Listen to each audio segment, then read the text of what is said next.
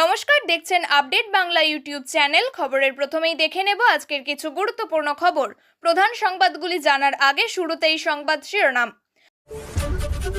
দিলীপের কুমন্তব্যে চুপ, এবার এর মধ্যেই ইস্তফা এই তৃণমূল নেত্রীর। নয়া জল্পনায় তোলপাড়।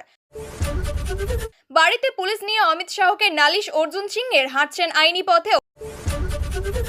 তালিকায় নাম রাজ চক্রবর্তীরও, বড় পদক্ষেপের আভাস দিল সিবিআই। 1 কোটি টাকা দিলেও ভোট দেব না, এদের মাথায় ঢোকানো আছে, ওদের বাদ দিয়েও জেতার ছক, বললেন শুভেন্দু। রামনবমী 6 তারিখে, এখন থেকেই প্র্যাকটিস করতে হবে তো। কি প্র্যাকটিস করার কথা বলছেন শুভেন্দু? ঠাকুরবাড়ির মা তো, মমতা ঠাকুরকে প্রণাম। দলীয় বিধায়কের পাশেই শুভেন্দু। কেন সৌরভকে খুন করেছিলেন মুস্কান?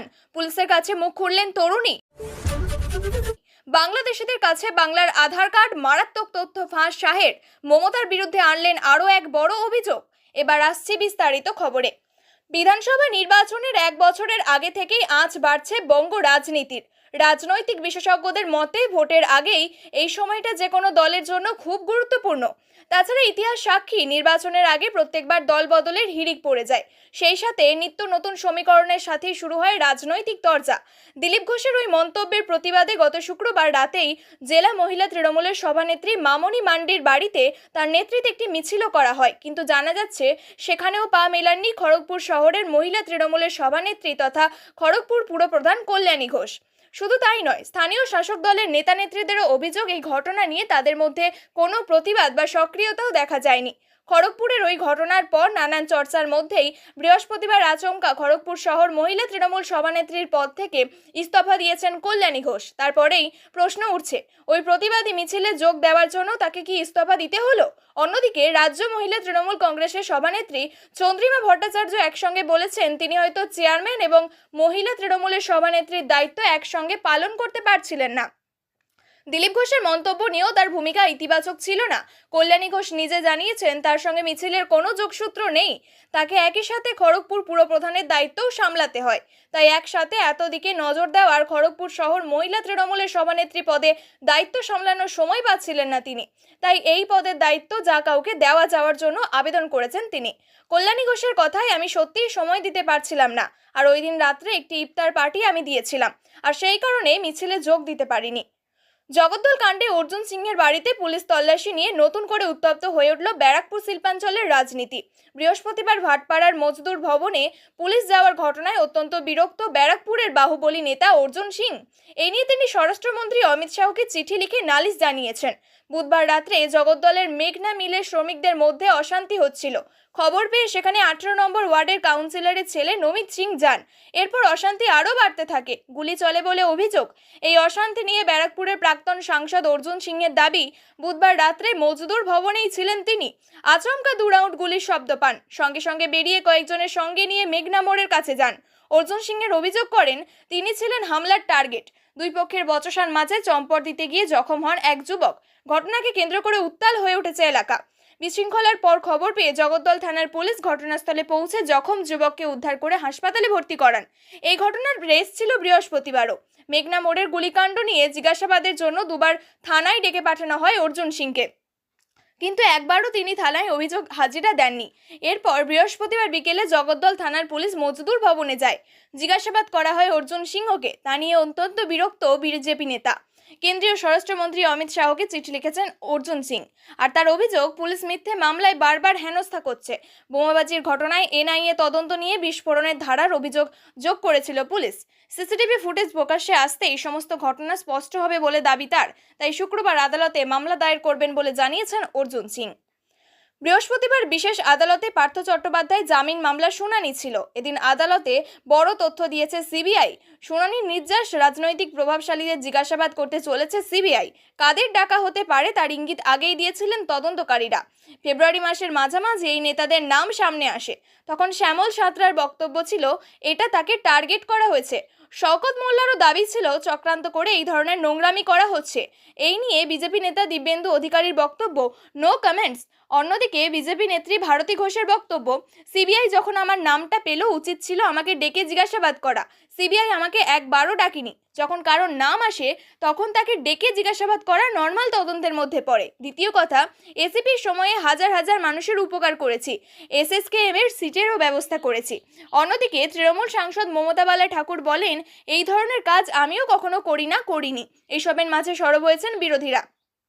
বিজেপি নেতা সজল ঘোষ বলেন, মানুষ এদের আরও সমাজে দেখতে চায় না, সিবিআইকে আরও সজাগ হতে হবে। সিবিআই এর তৎপরতার প্রয়োজন রয়েছে, যেটা দেখতে সিবিআই প্রাথমিকভাবে ব্যর্থ হয়।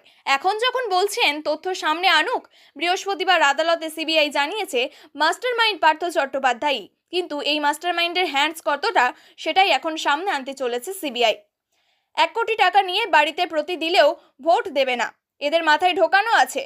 বারুইপুর থেকে এদিন এই ভাষাতেই গর্জে উঠলেন বিধানসভার বিরোধী দলনেতা শুভেন্দু অধিকারী। প্রসঙ্গত, সামনেই বিধানসভা ভোট, যে হিন্দুত্ববাদের লাইন হেঁটে বাজিমাত করতে চাইছে পদ্ম শিবির, তা তাদের সাম্প্রতিক কর্মসূচিগুলি থেকেই স্পষ্ট।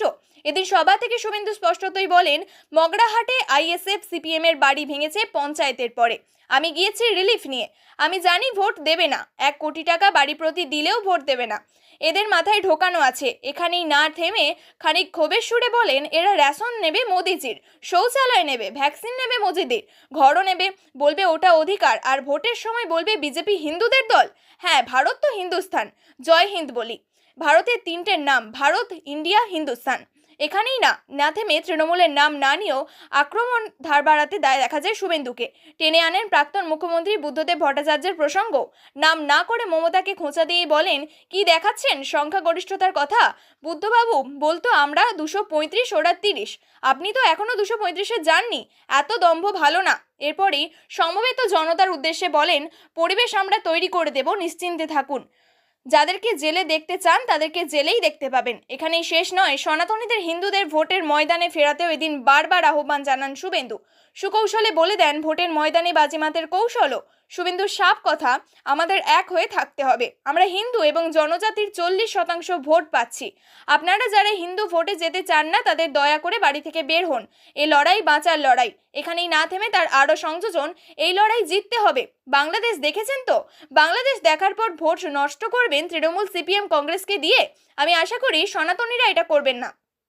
8/10% সনাতনী হিন্দু ভোটার যদি বেরিয়ে এসে ভোটটা দেন তাহলে আমরা উড়িয়ে দেব।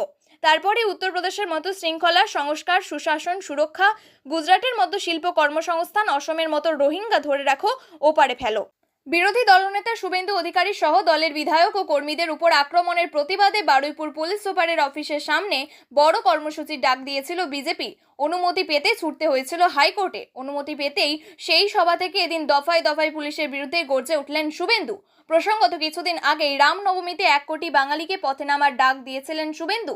সাপ বলেছিলেন, গতবার 50 লক্ষ হিন্দু নেমেছিল, 1000 মিছিল হয়েছিল, আর এবার 2000 মিছিল হবে, 1 কোটি হিন্দু রাস্তায় থাকবে। এমনকি পুলিশের ভূমিকা নিয়েও পরবর্তীতে দফায় দফায় তোপ দেগেছেন তিনি। সাপ বলেছেন, রামনবমীর মিছিলের জন্য কোনো অনুমতি নেওয়ার প্রয়োজন নেই। পুলিশের প্রোফর্মা নিয়ে বলতে গিয়ে তিনি বলেন, আমরা সব জায়গায় বলে দিচ্ছি এই প্রোফর্মা কেউ ফিল আপ করবেন না। প্রোফর্মাটিতে কমিটির নাম, পুজো স্থান, সেক্রেটারি এবং প্রেসিডেন্টের নাম এবং মোবাইল নম্বর, শোভাযাত্রা হবে কিনা হলে যাত্রাপথ জানতে চাইছে।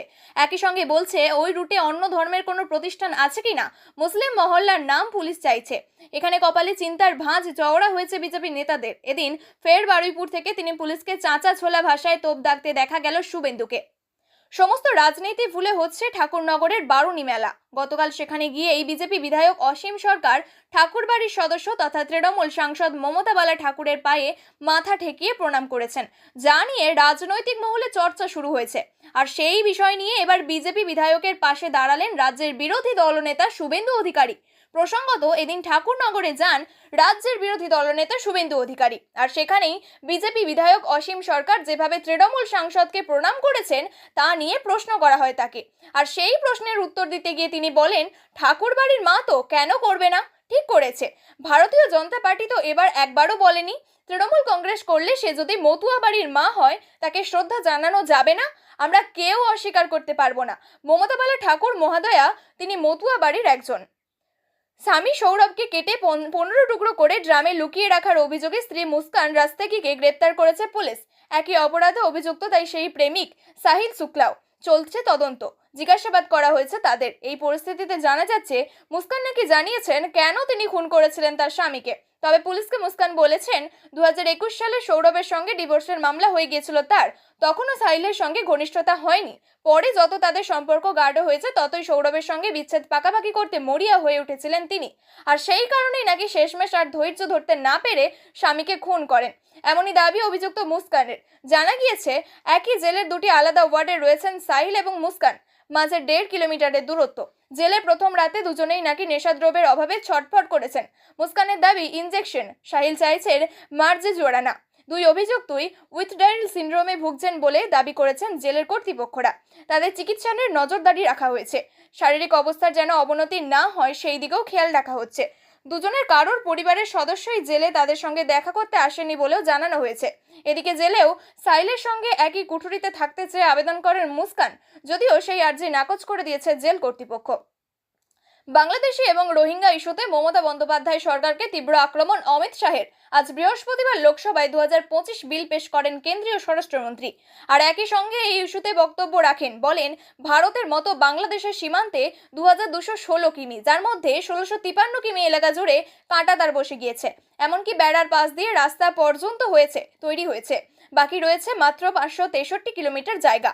এর মধ্যে 112 কিলোমিটার রয়েছে যেখানে নদী, নালা, পাহাড় ইত্যাদির কারণে বেড়া দেওয়া সম্ভব নয় বলে দাবি অমিত শাহের। আর বাকি 450 কিলোমিটার এলাকা পশ্চিমবঙ্গের সরকার জমি দিচ্ছে না বলে বেড়া দেওয়া যাচ্ছে না বলেও এদিন চাঞ্চল্যকর দাবি করেন। শুধু জামিনই নয়, এদিন মমতা বন্দ্যোপাধ্যায়ের সরকারের বিরুদ্ধে আরও এক বিস্ফোরক অভিযোগ করেন শাহ। বলেন অবৈধভাবে ভারতে থাকা মানুষদের বেআইনিভাবে পরিচয়পত্র নেওয়া হচ্ছে। বাংলাদেশি হোক কিংবা রোহিঙ্গারা আগে কংগ্রেস শাসনে অসম হয়ে ভারতে ঢুকতো, আর এখন তৃণমূলের জামানায় বাংলার সীমান্ত হয়ে ঢুকছে বলে অভিযোগ শাহের। আর এই বিষয়ে কথা বলতে গিয়ে তাকে প্রশ্ন, তাদের আধার কার্ডের নাগরিকত্ব কে দিচ্ছে? এমনকি গ্রেপ্তার হওয়া সকল বাংলাদেশিদের কাছ থেকে 24 পরগনা জেলার আধার কার্ড মিলেছে বলেও এদিন সংসদে কার্যত বোমা ফাটান শাহ। তার কথায় তৃণমূলই তাদের আধার কার্ডের ব্যবস্থা করে দেয়, এমনকি ভোটার কার্ডও পেয়ে যায়, আর তা নিয়েই দিল্লিতে আসে বলে অভিযোগ। প্রিয় দর্শক, নিয়মিত সঠিক খবরগুলি সঠিক টাইমে পেতে সাবস্ক্রাইব করুন আপডেট বাংলা চ্যানেলটিকে। ধন্যবাদ।